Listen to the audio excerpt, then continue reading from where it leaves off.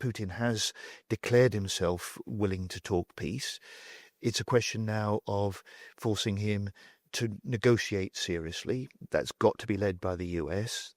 President Trump has our fullest backing for that. We're on the fourth anniversary of the war in Ukraine. We're between rounds of talks on a ceasefire. But the reality is very plain, isn't it? It's stated openly by President Zelensky, and it's stated clearly by other European leaders. Russia does not want peace. It is not seeking a ceasefire. And President Putin and Russia will have to be forced to the negotiating table and to offer terms that are acceptable to Ukraine. They will. Putin will. But he will not win this war.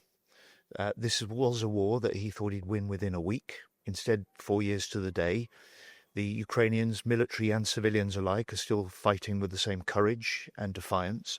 And Putin is failing. He likes to present himself as a strong man, but the truth is he's lost over 1 million men. He's been fighting now in Ukraine for longer than the Soviet Union fought Germany during the Second World War. And he is making very slow progress. Well, the war is pretty much a stalemate. It is deadlocked. But you do recognise, I'm sure you do, that on all the evidence that we can see, President Putin does not want a ceasefire. The talks are, to that extent, to put it very, very bluntly, something of a charade. And that is now recognised across Europe among Ukraine's friends, as well as in Kyiv. I don't accept that, and nor would the Ukrainians, and nor would the US. I mean, we're backing President Trump because President Trump is doing what only President Trump can do, which is to bring the parties together. There are further peace talks later this week. But your first question is right. This is a combination of keeping Ukraine strong, capable of withstanding this full-scale invasion, which means stepping up our military aid, including our training of Ukrainian troops, as well as our weaponry and air defense systems, which we've recently stepped up. It requires us also, alongside the US, to put more pressure on Putin to come to the table. That involves fresh economic sanctions, and potentially action that we can take and will take on things like shadow shipping, which is his way of avoiding sanctions and fueling this war in Ukraine. And those things are vitally important. But, Secretary of State, are you saying that you do not consider that President Putin is stalling in these talks, setting one set of impossible demands after another? Or is it that you have to say that? It's not something you can openly acknowledge, although you know it perfectly well. He's clearly dragging his feet. But Russia is at the talks. Putin has declared himself willing to talk peace. It's a question now of forcing him to negotiate seriously. That's got to be led by the US. President Trump has our fullest backing for that. But the UK is playing a big role, and I'm proud of our leadership from the very word go. Under the previous government and this government, we're now providing more military aid this year than ever before. We've trained 60,000 Ukrainian troops. I've met some of our British military medics that are in Ukraine, helping train Ukrainian medics rehabilitate wounded Ukrainian soldiers, and I'm proud of the role they played, proud of the fact that Britain is still united for Ukraine. I'll have the pleasure of talking to one or two of those medics after our conversation. But let me put this to you. The evidence that I suggest is there for all to see, that you say Putin is dragging his feet. Others would say he's simply not seriously negotiating, he's playing for time. When you hear President Trump say, as he does, that Putin wants peace, and when you hear someone like Steve Witkoff say that Putin is very straight with him, I wonder how you deal with that. Is President Trump failing to see the point? Is he not understanding the Russian position? Or is he siding with Putin, as many clearly suggest, Secretary of State? No, I think he's driving a push for peace. And in the end, every conflict, every war has to end in negotiation. I want to see 2026, the year that this war does end. I want to be the defense secretary that deploys UK troops into Ukraine, because that will mean we've got a negotiated peace in place. And I want Britain to continue, just as we have in supporting Ukraine in the fight. I want to see us leading the support for Ukraine to secure that peace for the long term, because in the end, after the end of the fighting, it will be Ukraine that is its own best way of defending and deterring any future Russian aggression. And so building the Ukrainians back up, giving them the confidence to strike a deal, but providing them the support to rebuild the strength of their own security and their own forces is the purpose of the coalition of the willing that the UK alongside France are leading. Okay, well, let's look ahead to the end of the war. God willing, as soon as that can be managed. There is a plan for a coalition of the willing, including a significant proportion of troops provided by the British Armed Forces, some 5,000 or so between Britain and France.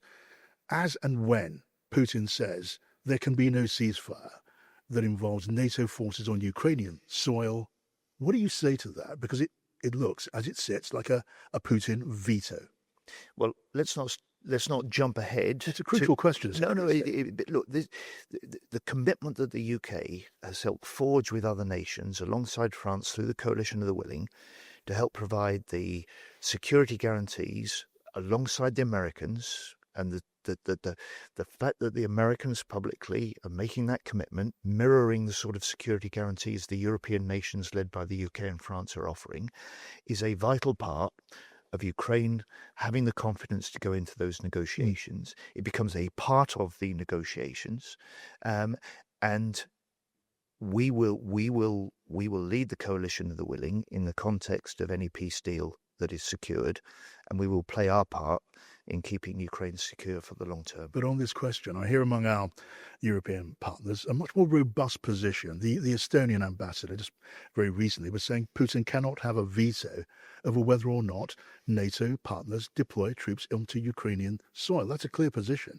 You don't want to address the question. Surely the need is to address that question and say that will happen. Putin will just have to live with it. I start from a different principle, and Britain starts from a different principle, that it is Ukraine that is doing the fighting. It's Ukraine that makes the calls about the terms on which it settles the peace. And Ukraine wants NATO partners involved in the coalition on the ground. Indeed it does. And we have worked for nearly 8 months, leading more than 200 military planners, closely with Ukraine. We've led recce's throughout Ukraine, so we know exactly how we would be able to deploy in order to support Ukraine.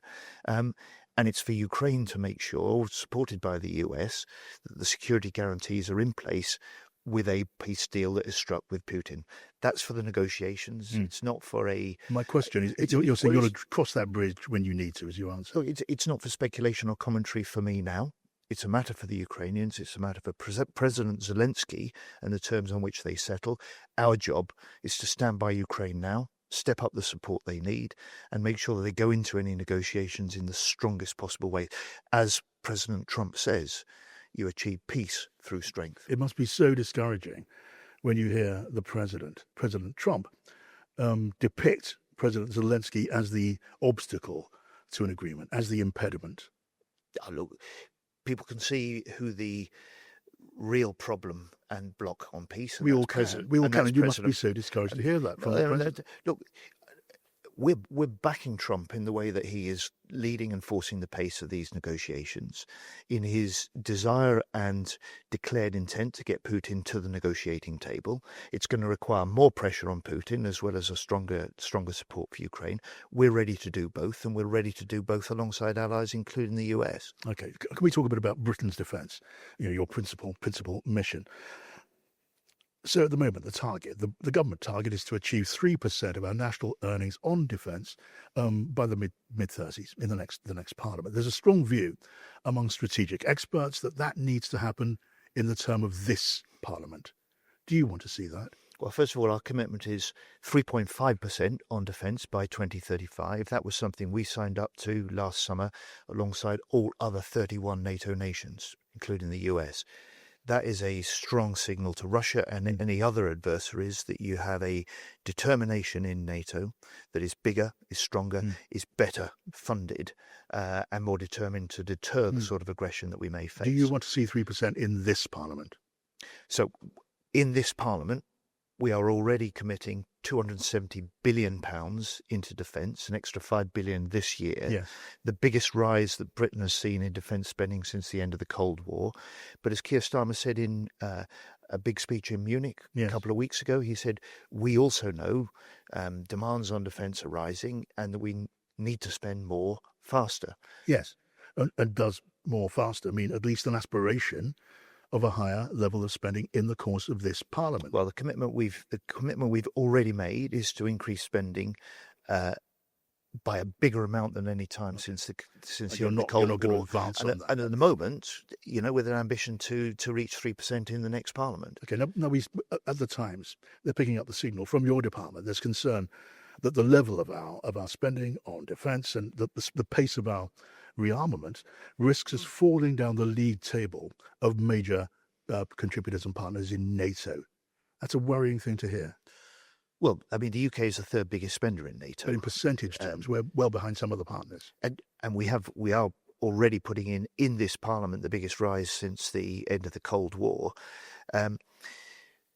Look, as Keir Starmer has said recently, hard power is the currency of this age. Defence is the central organising principle of this government. And that's because since he started as opposition leader more than 5 years ago, Prime Minister 18 months ago, he knows that the first duty of any government, and this government in particular, is to defend the country. Yes. We've set out to demonstrate a leadership within NATO. We know that we need a more European NATO. And we've been rising and responding to the challenge that the US has rightly given to us and other nations, that we have to share more of the burden. We have to do more of the heavy lifting within NATO, and they're right to expect us to do so. It's the Defence Secretary's role, down the ages, to persuade the Chancellor to cough up more money for defence. Do you have the necessary persuasive power and purchase with the Chancellor, Rachel Reeves, to do that now? I think you can see what the Prime Minister and the Chancellor have already agreed. The biggest rise since the end of the Cold War in this Parliament, an extra $5 billion this year.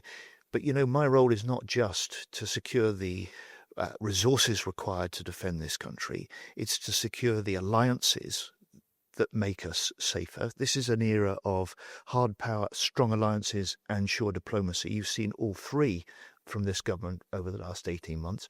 So before I became Defence Minister, there was no coalition of the willing led by the UK. There was no UK leadership of the Ukraine Contact Group, which I chaired the other day in Brussels and raised $35 billion in extra military aid for Ukraine. There was no Trinity House agreement, deep defence agreement with Germany, no Luna House agreement, deep agreement with Norway, no big export deals, the biggest warship deal ever with Norway, no reboot of the French Lancaster House agreement. There was no E3 in the way that Keir Starmer is leading. So these are, and there was no UK agreement with the European Union on Security and Defence Partnership. These are important steps to reset Britain's relations in the world, and in particular with close European allies, because we have a big role in NATO and in European security, and we're stepping up to Now, this is my last question. I'm Sure. getting frantic signals that I'm monopolising you too much. And you can take this as a compliment, John.